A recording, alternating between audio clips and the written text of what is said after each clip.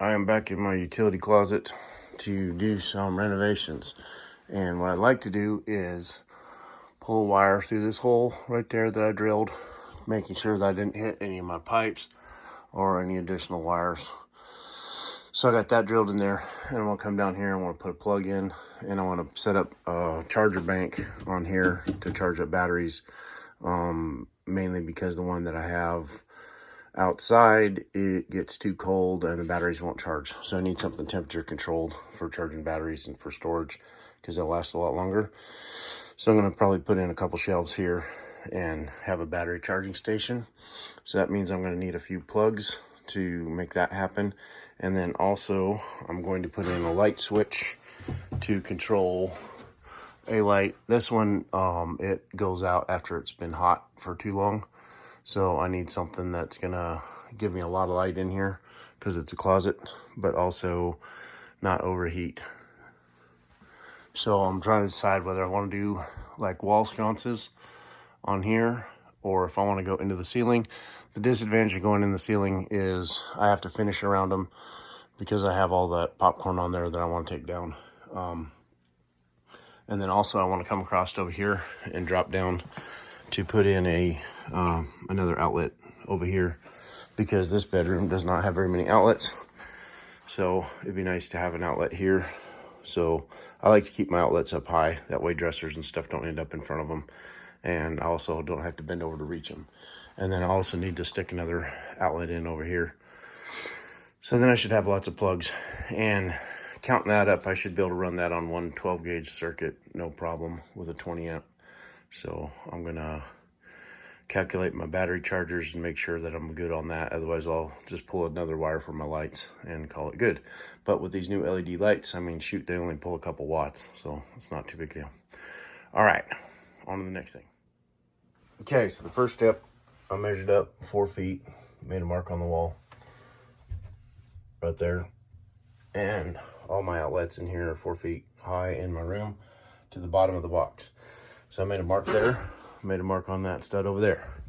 So the next thing I'm going to do is cut from the inside along this stud and cut this box out where it's going to set, so that I can push the box through and then nail the box to the stud, and then that'll give me the established where the outlets are coming out in that room.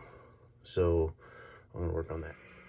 All right, so I cut through my sheetrock, and then the next thing I need to do, find a nail-on box, line it up with my little L, and I can make the cut from this side because I got more room to work. So I drew my box on there, and then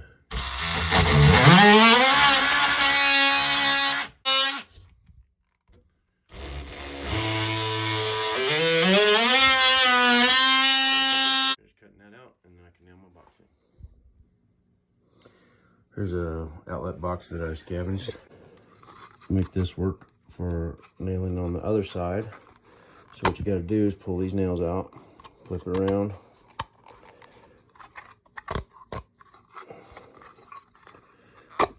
do the same with this one. And if you lose these nails, it's just a 10-penny nail. So I've had a lot of boxes that had wrecked nails or cut nails or whatever, but I can still use the box if I need to. And then walk around over here. I can set the box inside the hole, and then my nails are sticking out so that I can fasten them without having them be right up against the sheetrock. So away we go. So leave it to me to change my mind. I decided to go with a double box there, and then you always know if you're nailing your box on at the right height, because there will always be like a knot right where you want to put your nail at. So that's a good indicator that you're in the correct location. All right, so I pulled a wire through above the breaker panel and cut it off foot from the bottom of the box, and it runs to my first box that I'm gonna pull power to. So I don't know if you can see what the problem is here, but I've got this light plugged in and it's overheating, and so I don't have any light in here if I'm in here for an extended period of time. But anyway, I came in through the hole, ran down, pulled into the first box, and then I just daisy chained everything together. So I've got power here, and then I need to pull out of here, back over the top, and then drop into these two boxes that I put over here. So that's gonna be the next thing, and then pull from this double box that I put in so I can have a switch and an outlet next to each other. I'm gonna pull out of that, come up over the top, and I think I'm gonna just tag a light up here for right now. So I can see if I wanna add more to it, I can always add more later, right? Right. I can't say enough about these Milwaukee Packouts. I'm not sponsored by them or anything. They don't give me any money. I just really like their stuff. You stick your drill bits and stuff in here. Whatever, got all my electrical tape, all my wire staples, wire nuts, ground connectors, Romex connectors. It gives you enough room to do your basic electrical stuff, and it's stackable, and you can put it on the little rolling thing. So super duper handy. I've tried lots of different systems. I started out with 5-gallon buckets before they had all this stuff. And let me tell you, this is, to get organized is a dream. But anyway, I went ahead and stripped all these wires in preparation. I lost my light in here again because the thing overheated.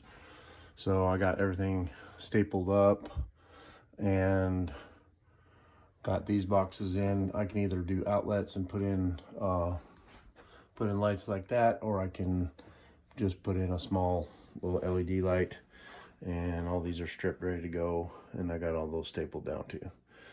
So now that everything's prepped, also if you get yourself a little trash can or something, or a 5-gallon bucket, and throw all your scrap in there as you go along, because I don't know why electricians feel like they can't clean up after themselves, but it's horrible. They give people a bad reputation when they do that.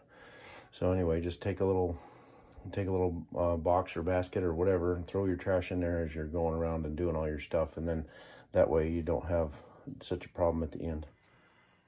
So the next thing I did is I went from box to box to box, and I stripped all the ends of the wires back.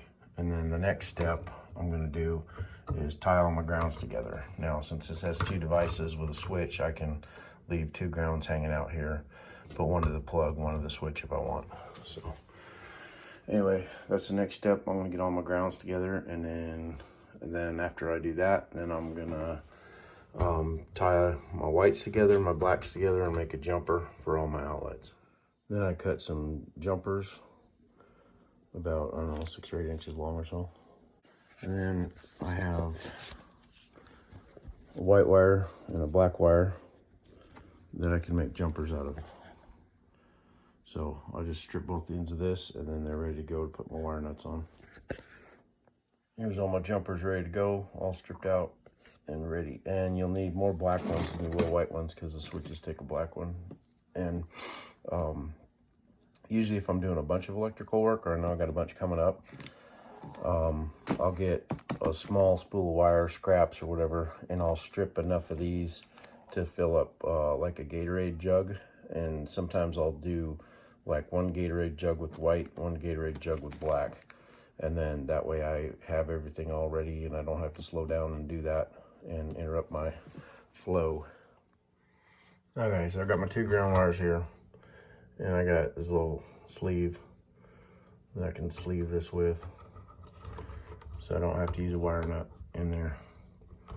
So I just slide that up till it covers all my wires. And then this is the crimper for that, but they make one that's got the crimper out here on the end, which got stolen years ago. But anyways, so I got my whites together with 1 for the outlet, and I brought 2 hots off of this so that I can hook 1 to my outlet, 1 to the switch. And oh, one of these black wires needs to come out of here because it needs to go to the light. Other than that, we're good. Okay, now I got the one separated out that goes to the light, and 2 hots, 1 neutral, 2 grounds. Now I gotta find my switch. Okay, so I went ahead and pigtailed everything else. They're all ready to go. That one doesn't need a pigtail. That one did. And went ahead and mounted the outlet and the switch. All right, so I went ahead and put a couple lights in here. I'm gonna try a couple different kinds and see what I like better. And then everything's all hooked up. So next step, breaker panel. All right, so I'm at the panel, got the cover pulled off. And these new Square D panels are pretty cool because they got this little flip out deal where you can just slide a new wire into the slot and then bring it on down and hook it in. So we are going to probably kill the main just to keep from touching any hots. And since my panel is full, I'm gonna have to add a split breaker to the panel. And since I'm in here, I'm just gonna go ahead and put a couple of them in and remove a couple breakers so that I got some spares in here. Okay, so you can see this little cap thing. It's just got two little clips on the side. That pops off, and then it's got this little Z deal that the wire bends and goes into. So since these wires are kind of in the front, in the way, I may see if I can finagle it back behind these two wires and then shove it in here. And then that way, if I add a new wire on the front, then I've got room to stick that in there. So away we go. All right, so I stabbed my ground and my neutral in. You always want to use words like stab and jam and stuff like that when you're talking about electrical stuff. And then I tested to make sure my split breakers fit, which they did. So I'm going to add these to the top. And then it's nice if you make a little tag that tells you what you're hooking up. And then I like to hook these up outside of the thing because I'm doing a hot panel because everything's running right now. So, and also I like to clear out my pores, and it seems like there's nothing like working in a hot panel that really warms you up nice on a cold day. So we're gonna stab that wire into there, hook it up, clip it into the breaker, flip it on, and then now I'll have two empty 20 amp breakers ready to go in case I want to add some mini splits somewhere down the road for AC and stuff. Okay, so breakers are in, and go ahead and turn those back on, and that way we can test everything. So I got these two are empty. I can go ahead and leave those off, and I also cleared up some of these grounds and stuff so that I could stick a ground and a neutral if I gotta add another wire. And that's already clean and ready to go. I got space to run one up here, so I could easily get two more circuits in here if I want. All right, so let's go check the lights. Yay. I got lights. Okay, so now I can finish hooking up my charging station shelves over here, put some covers on there, and add another shelf in, and I'll have lots of room for all the things that need charged up, like headlamps and flashlights and all that kind of fancy stuff they got you have to charge now. All right, so the panel's all buttoned up back like it should be, and I put this little board in here with screws in it when I originally did all this because I knew I'd be getting back in there, and that just makes it really super handy for getting in and out of that panel to run new wire. Also, I forgot to put the little plastic clip in, so I had to take the panel cover back off and redo all that. And then the last thing I did was relabeled my breaker slots so that it's ready to go. And I did that in pencil in case something changes. And then maybe at some point down the road when I'm feeling froggy, I'll clarify what everything is and change it to pen, but for right now, it's what it is. So I accomplished the mission of what I started with, which was to get my chargers moved from a cold location to a temperature controlled location. And it already looks like I'm going to need a little bit more space because I got more stuff that I need to charge. So I don't know, another shelf, maybe something like that, maybe some cubbies. We'll see what's going to go on with that. But this is probably all going to change at some point in the future because I'm going to most likely get sheetrock put in here and probably sheetrock these walls and all that stuff. But that's somewhere down the road. I got a lot of stuff to do before I get to that. One more thing. I really do appreciate the comments in the comment section. So if there's something I'm not explaining clearly or going over well, or something that you'd like to see, or do I need to slow down and go through each step a little bit more clearly, or what's, give me some feedback on what you guys would like to see, and sometimes I feel like I'm alone in this world doing these in a vacuum. So whatever, you know, helps you guys out, that's kind of what I'm doing it for, because I already know how to do this stuff. So I'm not really doing this for me at this point, other than I'd like to be able to hand this information down to other people, because I'm going to get old and die, and then somebody else is going to have to start doing this stuff.